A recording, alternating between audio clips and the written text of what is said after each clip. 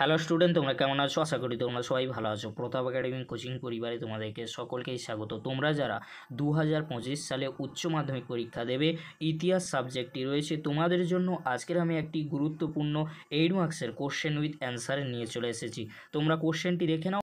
Myth বা পুরা কাহিনী বা উপকথা ও লিজেন্ড বা কিংবদন্তি বলতে কী বোঝো এবং অতীত স্মরণ করার ক্ষেত্রে এদের অবদান আলোচনা করো। কোশ্চেনটি 8 মার্কসের জন্য অত্যন্ত গুরুত্বপূর্ণ। উত্তরটি আলোচনার পূর্বে তোমাদেরকে বলে রাখি, তোমরা যারা এখনও পর্যন্ত ইতিহাসের ফুল সাজেশন ভিডিও এছাড়াও তোমরা ইতিহাসের প্রথম অধ্যায়ে গুরুত্বপূর্ণ এমসিকিউ কোশ্চেন উইথ অ্যান্সার দেখোনি, এছাড়াও তোমাদেরকে বলে রাখি পেশাদারি ইতিহাস কাকে বলে, পেশাদারি ও অপেশাদারি ইতিহাসের পার্থক্য আলোচনা করো। কোশ্চেনগুলি আমি আলোচনা করে দিয়েছি, সেই ভিডিওগুলি তোমরা যদি না দেখে থাকো এই ভিডিও ডেসক্রিপশান বক্সে লিঙ্ক দিয়ে দেবো, পারলে তোমরা দেখে নিও। চলো উত্তরটি আমরা দেখে নিই। প্রথমেই তোমরা লিখবে ভূমিকা।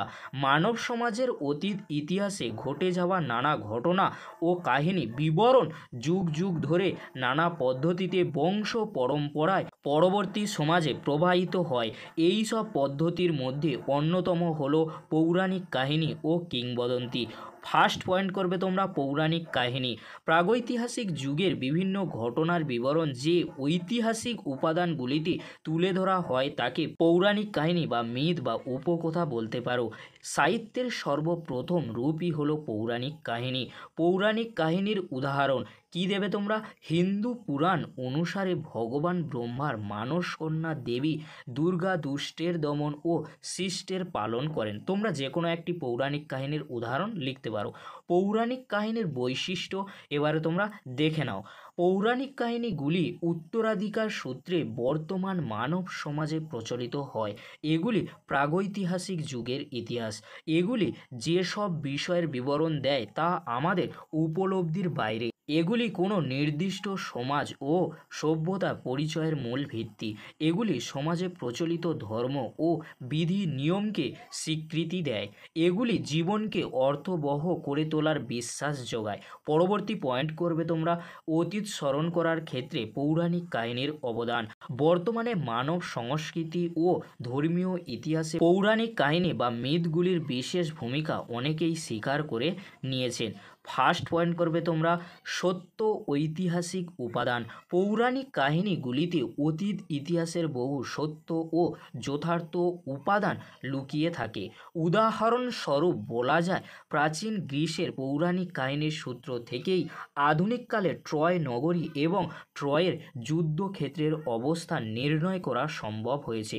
পরবর্তী পয়েন্ট করবে তোমরা রোমান হরপ্পে 2 সময়কাল নির্ধারণ। পৌরাণিক কাহিনীগুলি তুলনামূলক পদ্ধতিতে যাচাই করে ইতিহাসের বহু সাল তারিখ নির্ধারণ করা সুবিধা হয়।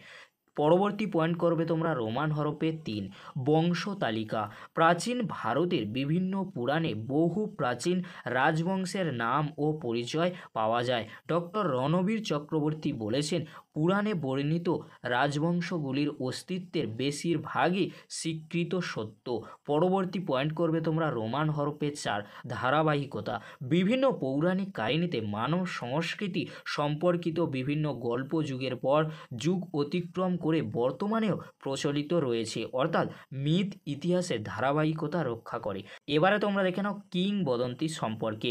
পাশ্চাত্য সমাজে প্রচলিত লিজেন্ড আঞ্চলিক ঐতিহ্য জনপ্রিয় অ্যান্টিকুইটিস নামের আঙ্গিককে বাংলায় কিংবদন্তি বলা হয়। লোকসমাজ বিশ্বাস করে যে এক সময় যেসব চরিত্র জীবিত ছিল বা যেসব ঘটনা ঘটেছিল তা দীর্ঘদিন ধরে সমাজে প্রচলিত থাকলে কিংবদন্তিতে পরিণত হয়।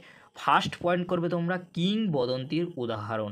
রামায়ণে রামচন্দ্র অন্যতম একটি কিংবদন্তির উদাহরণ। মহাভারতে শ্রীকৃষ্ণ উল্লেখযোগ্য কিংবদন্তির চরিত্র বা কিংবদন্তির উদাহরণ বলা চলে।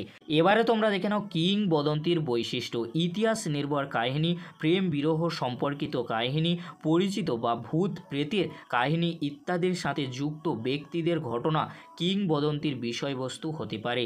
2 নম্বর পয়েন্ট করবে কিংবদন্তির চরিত্রগুলি একসময় জীবিত ছিল বলে মনে করা হয়, যেমন রামচন্দ্র, হারকিউলিস তোমরা লিখতে পারো। 3 নম্বর পয়েন্ট করবে রোমান হরপে কিংবদন্তি হলো বিস্ময় ও কল্পনা নির্ভর ইতিহাসের অপক ফসল, মানে কাঁচা ফসল যেটাকে বলা হয়। 4 নম্বর পয়েন্ট করবে তোমরা রোমান হরপে কিংবদন্তির ঘটনা বর্ণনায় সর্বদা অতিরঞ্জন লক্ষ্য করা যায়। তোমরা জানো অতিরঞ্জন মানে হাসি লক্ষ্য করা যায়, অর্থাৎ আমরা যদি কিংবদন্তির চরিত্রগুলি বা ঘটনার বর্ণনাগুলি দেখি তাহলে আমাদের হাসি অনেক সময় পেয়ে থাকি। পরবর্তী পয়েন্ট করবে তোমরা অতীত স্মরণ করার ক্ষেত্রে কিংবদন্তির অবদান। মৌখিক ইতিহাসের উপাদান হিসেবে কিংবদন্তির গুরুত্ব হলো। তোমাদেরকে এখানে বলে রাখি অতীত স্মরণ করার ক্ষেত্রে কিংবদন্তির অবদান মানে গুরুত্ব আমরা দেখে নেব। ফার্স্ট পয়েন্ট করবে তোমরা রোমান হরপে 1 দিয়ে ঐতিহাসিক তথ্যের সূত্র।